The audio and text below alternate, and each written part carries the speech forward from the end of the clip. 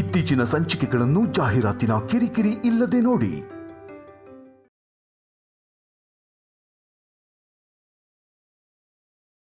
ನಮಸ್ಕಾರ ಜಮೀನ್ದಾರರಿಗೆ. ನನಗೆ ಆಚಾರ್ಯರ ಜೊತೆ ಒಳ್ಳೆ ಒಡನಾಟ ಇತ್ತು. ಈಗ ಗೊತ್ತಾಗ್ಬಿಡುತ್ತೆ ಎಲ್ಲ ಸುಳ್ಳು ಇಲ್ಲಿಗೆ ಮುಗಿದು ಹೋಗುತ್ತೆ. ಬನ್ನಿ ಆಚಾರ್ಯ, ಕೂತ್ಕೊಳ್ಳಿ.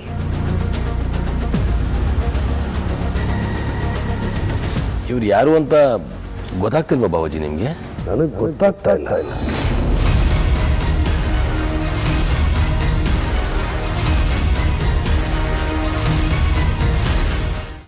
ಓಹೋ, ನನಗೊಂದು ವ್ಯವಸ್ಥೆ ಮಾಡಿದ ಹಾಗೆ ತ್ರಿಶೂಲ್ಗೂ ಒಂದು ವ್ಯವಸ್ಥೆ ಮಾಡೋಣ ಅಂತಾನ?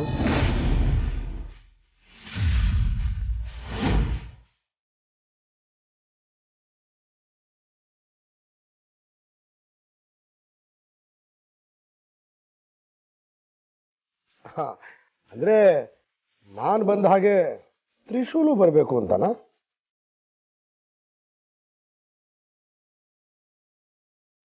ಯಾಕೆಲ್ರು ಅಷ್ಟು ಗಾಬರಿ ಆಗಿದ್ದೀರಾ? ಇವಳು ಈ ಲೋಕದೋಳೆ ಅಲ್ಲ ಅಂತ ಹೇಳಿದೆ, ಅದು ಸತ್ಯ.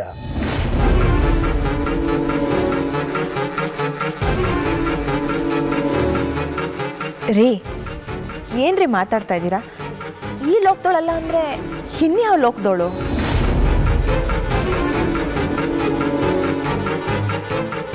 ಏನು ಹೇಳ್ತಿದ್ದೆ ನೀನು? ನಿಜಾನೇ ಧನು, ಈ ಲೋಕದಲ್ಲಿ ಯಾರಿಗಾದ್ರೂ ದೇವ್ರ ಬಗ್ಗೆ ಇಷ್ಟೊಂದು ನಿಷ್ಠೆ ಇರುತ್ತಾ?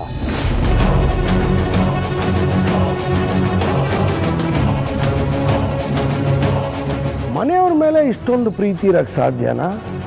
ಮಾಡೋ ಕರ್ಮದಲ್ಲಿ ಇಷ್ಟೊಂದು ಜವಾಬ್ದಾರಿ ಇರಕ್ಕೆ ಸಾಧ್ಯನಾ? ಅದಕ್ಕೆ ಹೇಳಿದ್ದು ಇವಳು ಈ ಲೋಕದೋಳೆ ಅಲ್ಲ, ದೇವಲೋಕಕ್ಕೆ ಸೇರಿದವಳು ಅಂತ.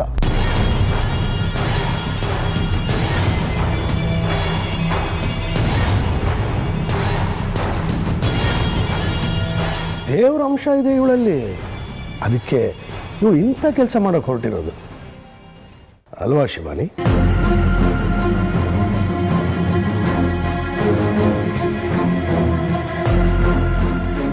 ನಮಸ್ಕಾರ ಜಮೀನ್ದಾರರಿಗೆ.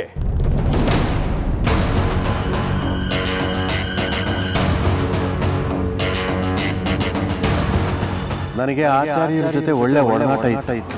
ಈಗ ಗೊತ್ತಾಗ್ಬಿಡುತ್ತೆ ಎಲ್ಲ ಸುಳ್ಳು ಇಲ್ಲಿಗೆ ಮುಗಿದು ಹೋಗುತ್ತೆ.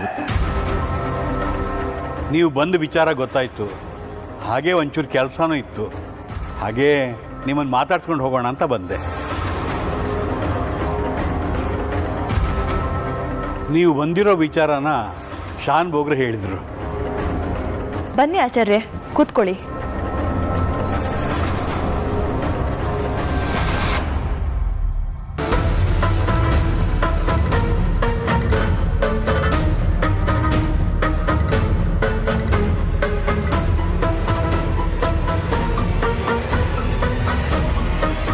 ನನಗೆ ಗೊತ್ತಾಗ್ತಾ ಇಲ್ಲ.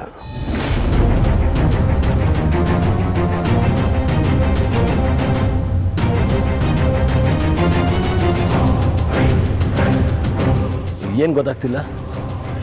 ಇವ್ರು ಯಾರು ಅಂತ ಗೊತ್ತಾಗ್ತಿಲ್ವಾ ಬಾಬಾಜಿ ನಿಮಗೆ?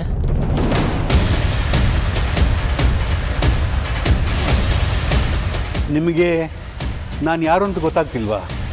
ನೀವು ಊರಿಂದ ಹೋಗಿ ಇನ್ನು 6 ತಿಂಗಳಾಗಿಲ್ಲ, ಅಷ್ಟು ಬೇಗ ನನ್ನನ್ನು ಮರೆತುಬಿಟ್ರ?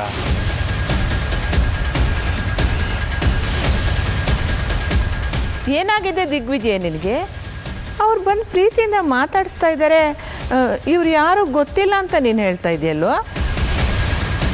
ಗೊತ್ತಾಗುತ್ತೆ ಈಗ ಈ ಕ್ಷಣ ಗೊತ್ತಾಗುತ್ತೆ ಇವನು ಯಾರು. ವಾ, ನಾನು ಹೇಳಿದ್ದು ಇವ್ರಿಗೇನೇ ಹೆಲ್ಪ್ ಮಾಡಿದ್ರು ಹೀಗೆ ಇರ್ತಾರಲ್ಲ, ಬದಲಾಗೋದೇ ಇಲ್ವಲ್ಲ ಅಂತ ನಾನು ಹೇಳಿದ್ದು. ಆಚಾರ್ಯ, ನಿಮಗೆ ಹಾಲ್ನಳ್ಳಿಲಿ 20 ಎಕರೆ ಜಮೀನು ಕೊಡ್ತೀರಿ, ಅಲ್ಲಿ ಹಾಯಾಗಿ ಹೋಗಿರಿ ಹಿಂದೆ, ನೀವು ತಗೊಳ್ಳೇ ಇಲ್ವಾ? ಅರೆ ಇದು ನಾನು ಹೇಳಿದ್ದು. ಇವನಿಗೆ ಹೇಗೆ ಗೊತ್ತಾಯ್ತು?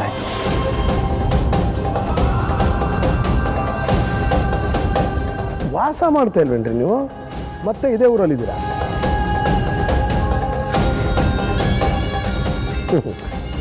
ನಿಮ್ಗೇನೇ ಕೊಟ್ಟರು ದೇವ್ರ ಕೆಲಸ ಬಿಟ್ಟು ಇನ್ನೊಂದು ಮಾಡಲ್ಲ ಅಂತ ಬದುಕ್ತಾ ಇದ್ದೀರಲ್ಲ. ನಿಮ್ಮ ಮನಸ್ಸು ಗೊತ್ತಾಗ್ತಿಲ್ಲ ಅಂದೆ, ನೀವು ಗೊತ್ತಿಲ್ಲ ಅಂತನ್ನ.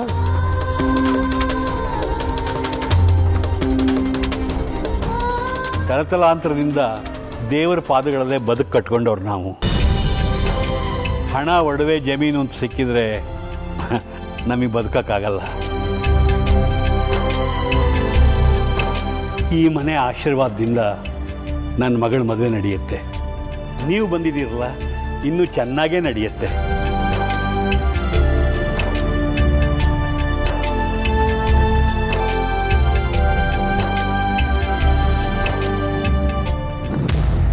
ರೀ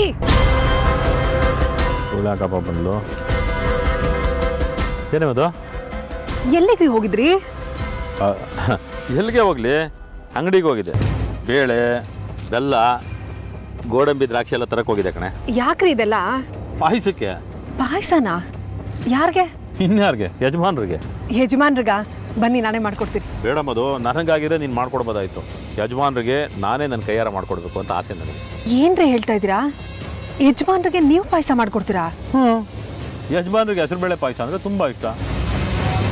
ಅದು ಸುಧಾಮ ಶ್ರೀಕೃಷ್ಣ ಪರಮಾತ್ಮನಿಗೆ ಅವಲಕ್ಕಿ ತೊಗೊಂಡೋಗಿ ಕೊಟ್ಟಾಗ ಆ ಪರಮಾತ್ಮ ಎಷ್ಟು ಪ್ರೀತಿಯಿಂದ ಅವಲಕ್ಕಿ ತಿನ್ನೋ, ನಾನು ಪಾಯಸ ತೊಗೊಂಡೋದ್ರೆ ಯಜಮಾನ್ರು ಅಷ್ಟೇ ಪ್ರೀತಿಯಿಂದ ಕುಡಿತಾರೆ. ನೀವ್ ಏನ್ ಹೇಳ್ತಿದ್ದೀರೋ ನನಗೊಂದು ಅರ್ಥ ಆಗ್ತಿಲ್ಲ ರೀ. ಅವತ್ತು ಯಜಮಾನ್ರು ಮನೆಗೆ ವಾಪಸ್ ಬಂದಾಗ ಒಂಥರ ಇದ್ರಿ, ಇವಾಗ ನೋಡಿದ್ರೆ ಅವ್ರಿಗೆ ಪಾಯಸ ಮಾಡ್ಕೊಂಡು ಹೋಗ್ತೀನಿ ಅಂತ ಹೇಳ್ತಿದ್ದೀರಾ? ಅದು ನಿನಗೇನು ಗೊತ್ತಾಗೋದಿಲ್ಲ, ಸ್ವಲ್ಪ ಸುಮ್ಮನೆ ಇರ್ತೀಯಾ? ಏಯ್, ನಿನಗೇನೇ ಗೊತ್ತಾಗುತ್ತೆ ನನ್ನ ಅವರ ಸಂಬಂಧ. ನಾನು ಚಿಕ್ಕ ವಯಸ್ಸಿಂದ ಅವ್ರಿಗೆ ಪಾಯಸ ಮಾಡ್ಕೊಡ್ತಾ ಇದ್ದೀನಿ, ಇವತ್ತು ಅವ್ರಿಗೆ ಪಾಯಸ ಮಾಡ್ಕೊಡ್ತಾ ಇದ್ದೀನಿ ಅಷ್ಟೇ. ರೀ, ನೀವ್ ಏನ್ ಹೇಳ್ತಿದ್ರೋ ನನ್ಗೊಂದು ಅರ್ಥ ಆಗ್ತಿಲ್ಲ. ಅವ್ರ ಮನೆಗೆ ಬಂದಾಗ ಗರ ಬಡ್ದಿರೋ ತರ ನಿಂತಿದ್ರಿ, ಇವಾಗ ನೋಡಿದ್ರೆ ಪಾಯಸ ಮಾಡ್ಕೊಂಡು ಹೋಗ್ತೀನಿ ಅಂತ ಹೇಳ್ತಿದ್ದೀರಾ? ಏಯ್, ಇದು ನನ್ನ ಯಜಮಾನ್ರ ವಿಚಾರ, ನೀನು ಅಡ್ಡ ಬರೋಣ. ಏನ್ ಮಾತು ಅಂತ ಆಡ್ತಿದ್ದೀರೋ ನನ್ಗೊಂದು ಅರ್ಥ ಆಗ್ತಿಲ್ಲ ರೀ. ಏನಾದ್ರೂ ಮಾಡ್ಕೊಳ್ಳಿ. ಅವನದೊಂಥರ ಟೆನ್ಷನ್ನು, ಇವಳು ಒಂಥರ ಟೆನ್ಷನ್. ನನಗೆ ನಾನು ಯಾಕೆ ಪಾಯಸ ಮಾಡ್ತಾ ಇದ್ದೀನಿ ಅಂತ ನಿನಗೇನೇ ಗೊತ್ತು. ನನ್ನ ಮೇಲೆ ಅನುಮಾನ ಪಟ್ಟಿದ್ದನೋ ಇಲ್ವಂತ ಪರೀಕ್ಷೆ ಮಾಡೋದಕ್ಕೋಸ್ಕರನೇ ಈ ಪಾಯಸ ಮಾಡ್ತಾ ಇರೋದು.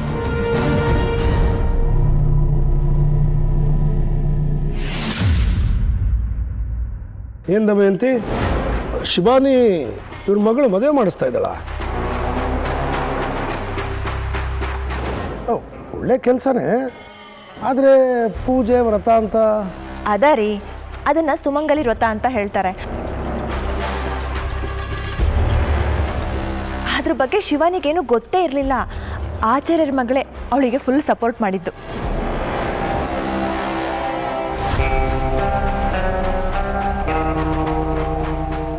ಆಗ ಅವಳ ಜಾತಕದಲ್ಲಿ ತೊಂದರೆ ಇತ್ತು.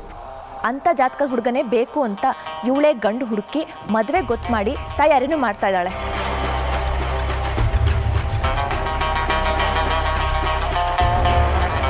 ಅದ್ರ ವಿಚಾರವಾಗೇ ಮಾತಾಡ್ತಾ ಇದ್ವಿ. ಈ ಹಾವು ಭೂಮಿಯಲ್ಲಿರೋರು ಮದುವೆ ಮಾಡಿಸ್ತಾ ಇದ್ದಾಳೆ. ಹಾಗಂದ್ರೆ ಅವಳು ಮಾಡ್ತಾ ಇರೋ ಪೂಜೆ ಸಾಮಾನ್ಯ ಪೂಜೆ ಅಲ್ಲ, ಬೇರೆ ಏನೋ ಒಂದು ಕಾರಣ ಇರುತ್ತೆ. ತಿಳ್ಕೊಬೇಕು. ಈಗ ನಾನು ಇವಳು ಪರ ಇಟ್ಕೊಂಡು ಮುಂದಕ್ಕೆ ಹೋಗ್ಬೇಕು. ಎಲ್ಲರೂ ನೋಡ್ತಾ ಇದ್ದಾರೆ. ಯಜಮಾನ್ರ, ಆನಂದೇಶ,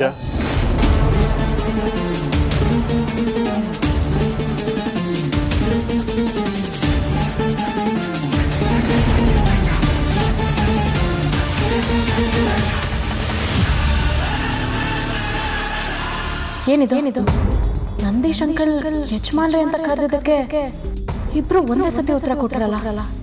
ಏನೋ ತಂದಿದ್ಯಾ? ಪಾಯಸ ಯಜಮಾನ್ರ, ನಿಮಗೆ ಹೆಸರುಬೇಳೆ ಪಾಯಸ ಅಂದರೆ ಇಷ್ಟ ಅಲ್ವಾ, ಅದಕ್ಕೆ ತಂದಿದ್ದೀನಿ. ಫ್ಯಾಂಟಾಸ್ಟಿಕ್ ಕಣೋ ನೀನು. ನನಗೆ ನೆನ್ನೆನೇ ಪಾಯಸ ಕುಡಿಬೇಕು ಅಂತ ಅನಿಸಿತ್ತು, ನೀನು ಇವತ್ತು ಮಾಡ್ಕೊಂಬಂದಿದ್ಯಾ. ಅದ್ಭುತ ಕಣೋ ನೀನು. ಅದಕ್ಕೆ ಹೇಳೋದು ನಮ್ಮ ಸ್ನೇಹ ಗ್ರೇಟ್ ಅಂತ. ಕೊಡು.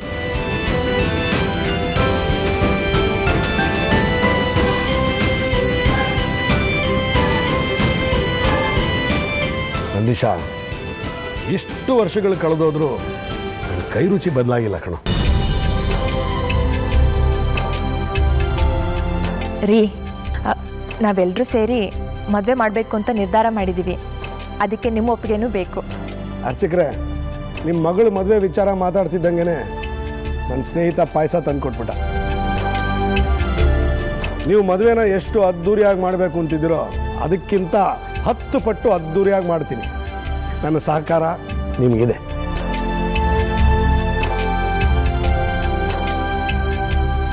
ನನ್ನ ಸೊಸೆ ಶಿವಾನಿ ಮದುವೆ ಮಾಡ್ತಿದ್ದಾಳೆ ಅಂದಮೇಲೆ ಅದ್ರ ಹಿಂದೆ ಒಳ್ಳೆ ಉದ್ದೇಶ ಇರುತ್ತೆ. ನಾನು ಬೇಡ ಅಂತೀನ?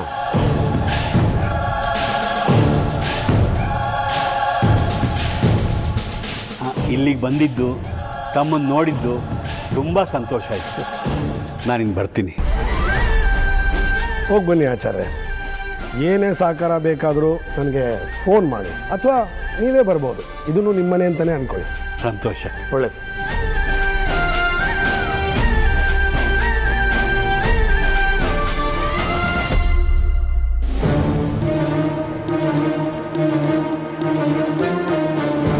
ನೀನು ಈ ಮದುವೆ ಮಾಡಿಸ್ತಾ ಇದೆಯಾ ಅಂದರೆ ಅದಕ್ಕೊಂದು ಬಲವಾದ ಕಾರಣ ಇರುತ್ತೆ.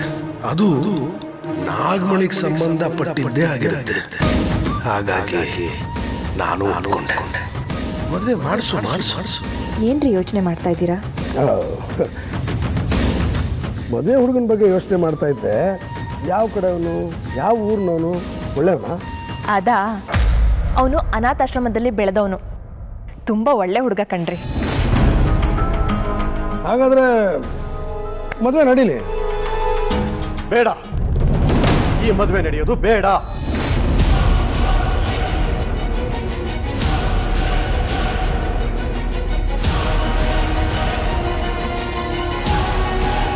ಅವನ ಬಗ್ಗೆ ಯಾರಿಗೂ ಏನೂ ಸರಿಯಾಗಿ ಗೊತ್ತಿಲ್ಲ. ಈ ಮದುವೆ ನಡೆಯೋದು ಸರಿಯಲ್ಲ.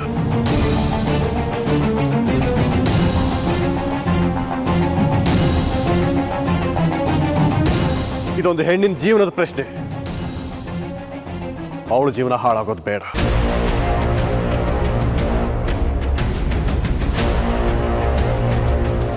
ಹೌದು ಸರ್, ಇವ್ರು ಹೇಳ್ತಾ ಇರೋದು ಕರೆಕ್ಟ್ ಆಗೇ ಇದೆ. ನನಗೂ ಈ ಮದುವೆ ನಡೆಯೋದು ಇಷ್ಟ ಇಲ್ಲ.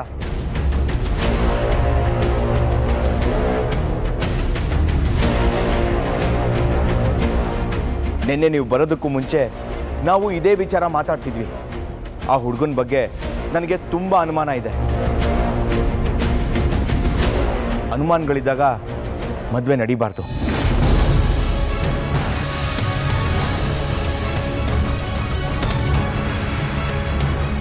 ಅಭಯ್ ಅವರೇ, ಈಗ ಸ್ವಲ್ಪ ಸುಮ್ಮನೆ ಇರ್ತೀರಾ? ಶಿವಾನಿ ಅವರೇ, ನೀವು ಸುಮ್ಮನಿರಿ.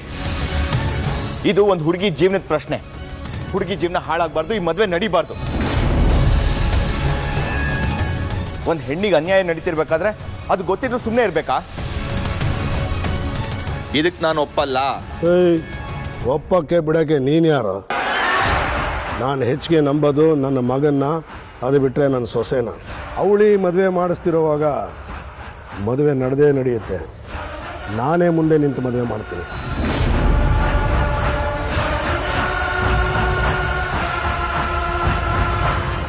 ಬೇಡ ಸರ್, ದಯವಿಟ್ಟು ನನ್ನ ಮಾತು ಕೇಳಿ. ಈ ಮದುವೆ ನಡೀಬಾರ್ದು.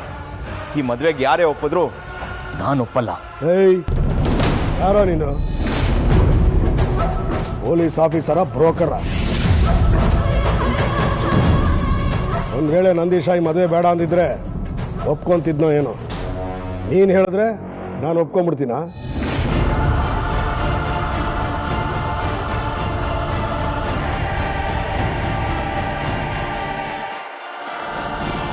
ನಿನ್ನ ಕೆಲಸ ಎಷ್ಟಿದೆ ಅಷ್ಟು ಮಾಡು. ಅಲ್ಲ, ಅದು ಹಾಗೆ. ನಮ್ಮ ಮನೆ ವಿಷಯ ಮನೆಯವ್ರು ಮಾತಾಡಿದ್ರೆ ಚಂದ, ಹೊರಗ್ನೋರಲ್ಲ.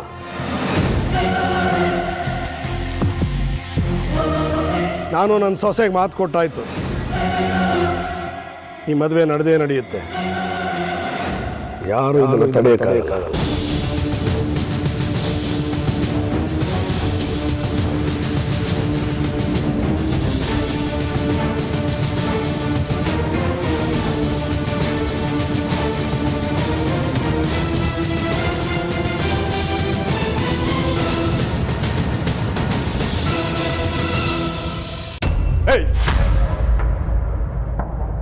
ಯಾರೋ ನೀನು? ನಮ್ಮನೆ ವಿಷಯಗಳನ್ನ ಡಿಸೈಡ್ ಮಾಡೋದಕ್ಕೆ ಯಾರೋ ನಿನಗೆ ಅಧಿಕಾರ ಕೊಟ್ಟಿದ್ದು? ಯಾರೋ ನೀನು? ನಿಮ್ಮಪ್ಪ.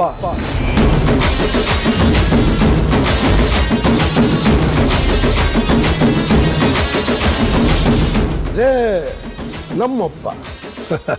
ಮನೆ ಹಿರಿ ಮಗನಿಗೆ ಈ ಅಧಿಕಾರ ಎಲ್ಲ ಕೊಟ್ಟಿದ್ದು ಅಪ್ಪ ತಾನೆ, ಅದಕ್ಕೆ ಹಾಗಂದೆ. ಯಾಕೋ ಉರ್ಕೊಂಡು ಸಾಯ್ತೀಯ? ಸತ್ತ ಮೇಲೆ ಚಿತೆಯಲ್ಲಿ ಉರಿಯೋದು ಇದ್ದೇ ಇದೆ. ಬದುಕಿದ್ದಾಗಲೇ ಯಾಕೆ ಉರ್ಕೋತೀಯ? Relax man. ಏನೋ ರಿಲ್ಯಾಕ್ಸ್ ತಲೆ. ನನ್ನ ಮನೆಗೆ ಬಂದು ನನ್ನ ಹೆಸರು ಹೇಳ್ಕೊಂಡು ಮೆರಿತಾ ಇದೆಯಾ ನೀನು?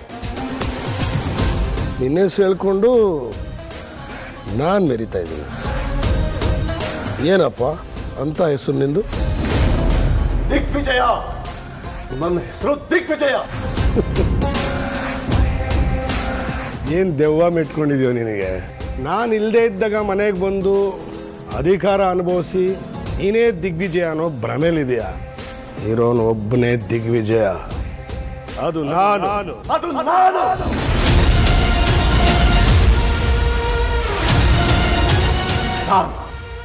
ನಾನು ದಿಗ್ವಿಜಯ. ನಾನು ನನ್ನ ತಮ್ಮನ ರೂಪದಲ್ಲಿ ಬಂದಿದ್ದೀನಿ ಅಷ್ಟೇ. ಅವನ ವೇಷದಲ್ಲಿದ್ದೀನಿ ಅಷ್ಟೇ.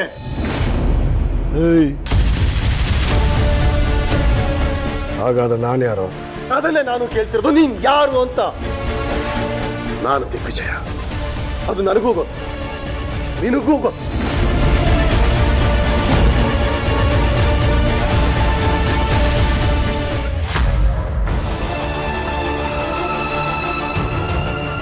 ನನ್ನ ಮನೆಯಲ್ಲಿ ನಾನೇ ಯಾರು? ಇಲ್ಲಿರೋರೆಲ್ಲ ಯಾರು? ನಮ್ಮಪ್ಪ, ನಮ್ಮಮ್ಮ, ನನ್ನ ಅಜ್ಜಿ, ನನ್ನ ಹೆಂಡತಿ. ಆದರೆ ಇವ್ರಿಗೆಲ್ಲ ನಾನು ಯಾರು ಅನ್ನೋದೇ ಗೊತ್ತಿಲ್ಲ. ಯಾಕಂದ್ರೆ ಅದಕ್ಕೆ ಕಾರಣನೇ ಈ ರೂಪ ಪಡ್ಕೊಂಡ್ರೆ ನನ್ನ ಎಲ್ಲ ಗೊಂದಲಗಳಿಗೂ ಉತ್ತರ ಸಿಗುತ್ತೆ ಅನ್ಕೊಂಡೆ.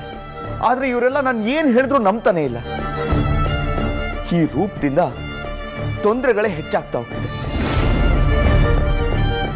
ನನ್ನ ಹೆಂಡತಿ ಶಿವಾನಿ ತ್ರಿಶೂಲ್ ಬರ್ಲಿ ಅಂತ ಒದ್ದಾಡ್ತಿದ್ದಾಳೆ.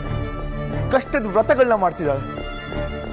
ನಮ್ಮಮ್ಮ, ನಮ್ಮ ಅಜ್ಜಿ ತ್ರಿಶೂಲ್ ಎಲ್ಲಿದ್ದಾನೆ, ಯಾವಾಗ ಬರ್ತಾನೆ, ಅವನಿಗೆ ಏನಾಗಿದ್ಯೋ ಅಂತ ಆತಂಕದಲ್ಲಿ ಕಾಯ್ತಿದ್ದಾರೆ.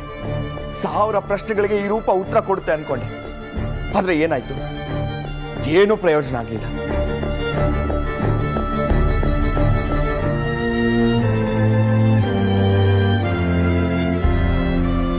ಬರೀ ಗೊಂದಲಗಳೇ, ಬರೀ ಸಮಸ್ಯೆಗಳೇ ಕೊಡ್ತಿರೋ ಈ ರೂಪ ನನಗ್ ಬೇಡ. ಹೋಗ್ತೀನಿ, ಈಗಲೇ ಹೋಗ್ತೀನಿ. ನನ್ನ ಮೂಲ ರೂಪ ಪಡ್ಕೊಳ್ತೀನಿ. ಈ ಮನೆಗೆ ಮನೆ ಮಗ ತ್ರಿಶೂಲ್ ಆಗಿ ವಾಪಸ್ ಬರ್ತೀನಿ. ಇವ್ರುಗಳು ಯಾರು ಅಭಯ್ನ ಒಪ್ಪದೇ ಇರ್ಬೋದು. ನನ್ನ ಶಿವಾನಿ ಅಭಯ್ ಮಾತನ್ನ ನಂಬದೇ ಇರ್ಬೋದು. ತ್ರಿಶೂಲ್ ಆಗಿ ವಾಪಸ್ ಬರ್ತೀನಿ. ತ್ರಿಶೂಲ್ ಮಾತನ್ನ ನಂಬಲೇಬೇಕು. ಆ ವಿಶೇಷ ಒಂದು ಹಾವು ಅವನು ಮಯೂರಿನ ಮದುವೆ ಆಗಿ ಸಾಯಿಸೋ ಯೋಚನೆ ಇದ್ದಾನೆ. ಇದನ್ನ ಅಭಯ್ ಆಗಿ ಹೇಳಿದ್ರೆ ನಂಬಲಿಲ್ಲ. ಹೋಗ್ತೀನಿ, ತ್ರಿಶೂಲ್ ರೂಪ ಪಡ್ಕೊಂಡು ಬರ್ತೀನಿ. ಆಗ ಶಿವಾನಿ ನಾನು ಈ ವಿಷಯ ಹೇಳಿದ್ರೆ ನಂಬಲೇಬೇಕು. ನಂಬ್ತಾಳೆ. ಹೌದು, ಈಗಲೇ ಹೋಗ್ತೀನಿ. ಈಗಲೇ ಹೋಗಿ ನನ್ನ ಮೂಲ ರೂಪನ ಪಡ್ಕೋತೀನಿ. ನಮ್ಮಿಬ್ರಿಗೆ ಗೊತ್ತಾಗಿ ಏನೋ ಪ್ರಯೋಜನ? ಮನೆಯವ್ರಿಗೆಲ್ಲ ಗೊತ್ತಾಗಬೇಕಲ್ವ? ನೀನೇ ಹೇಳು. ಎಲ್ರನ್ನೂ ಕರಿತೀನಿ, ನೀನೇ ದಿಗ್ವಿಜಯ ಅಂತ ಹೇಳಿ. ಗೋವಿಂದ, ದಮಯಂತಿ, ಅಮ್ಮ ಎಲ್ಲರೂ ಬನ್ನಿ. ಇವನೇನು ಸೀಕ್ರೆಟ್ ಹೇಳ್ಬೇಕಂತ.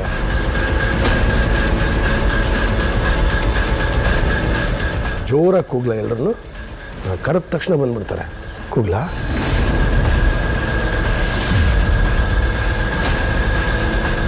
ಓ, ಕೂಗೋದು ಬೇಡ ಅಂತೀಯಾ? ಸರಿ, ಹಾಗಾದ್ರೆ ನಾವೇ ಒಟ್ಟಿಗೆ ಹೋಗಿ ಹೇಳೋಣ.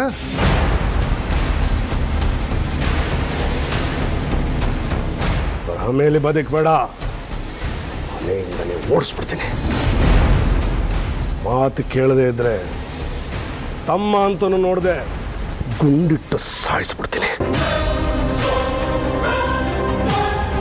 Get out.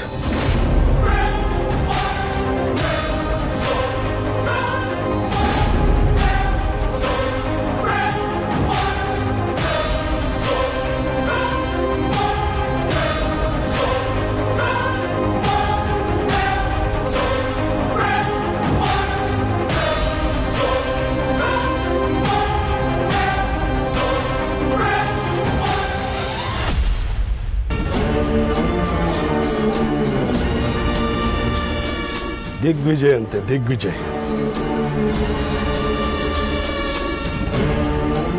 ಹಾಗಾದ್ರೆ ನಾನ್ಯಾರು?